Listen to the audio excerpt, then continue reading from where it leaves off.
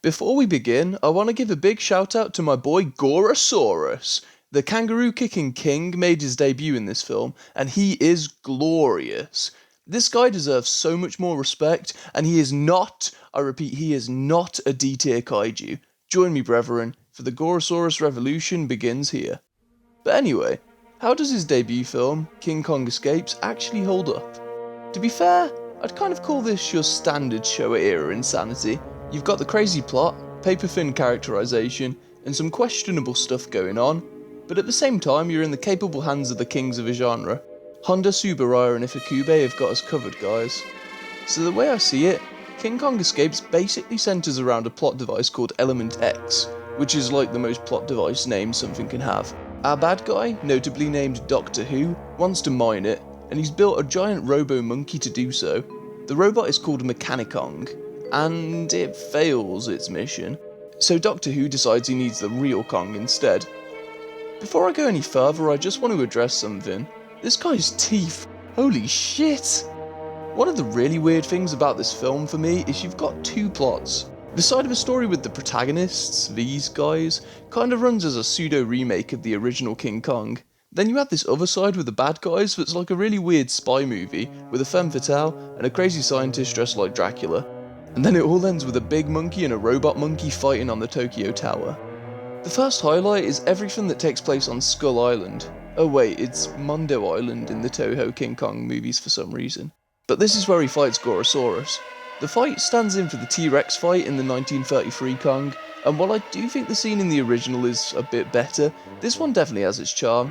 Who can say no to the dino dropkicks, and the little backwards rolls that Kong does when reacting to them? It's pretty great. I would compliment the suits as well, because Gorosaurus looks great, but holy shit, the Kong suit. I don't know if it's a rights thing, but Toho's Kong suits always look fucking hideous. Like, I think the common conception is that this suit looks better than the King Kong vs Godzilla one, but I don't know, man. When this one gets wet, it looks absolutely disgusting, ugh. But anyway, an interesting tidbit about the Gorosaurus fight, he's killed by Kong's favourite finisher, the jaw snap, and his mouth starts foaming up. This is apparently because Toho originally wanted his mouth to bleed. Bear in mind, this is a time period where PG films would happily show cold-blooded murder. But Subaraya basically said, what the fuck bro, this is a kids film. So foam was the compromise. It's one of the first times I've heard of a studio trying to push for more violence and shock, while the filmmakers are the ones who are against it. Also, while on Mondo Island, Kong fights a big sea serpent, which is, yet again, another homage to the original, where he fights a plesiosaur. Originally, when watching this film, I was thinking, why the hell is it called King Kong Escapes? What is Kong escaping from? Personally, my version of the film would be called King Kong fights a dinosaur, gets kidnapped, and is forced into slave labour. You won't believe what happens at the end. That's a more appropriate title, I think. But afterwards it does make sense. After being hypnotised and forced into slavery, Kong makes his titular escape from the evil Doctor Who. The Japanese title actually translates to King Kong Counterattacks, which I don't really think works either, but they're both better than the German title, which is, wait for it, King Kong, Frankenstein's son, which is bizarre, but makes sense when you see how all the Godzilla films were being released over there.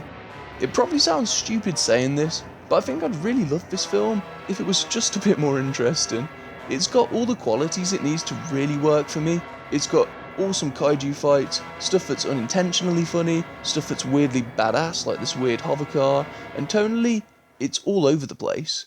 But I'm sadly just not that invested in anything that's happening in between. The film hints at some sort of history between the submarine commander and Doctor Who, but it's never really explored and never builds any tension.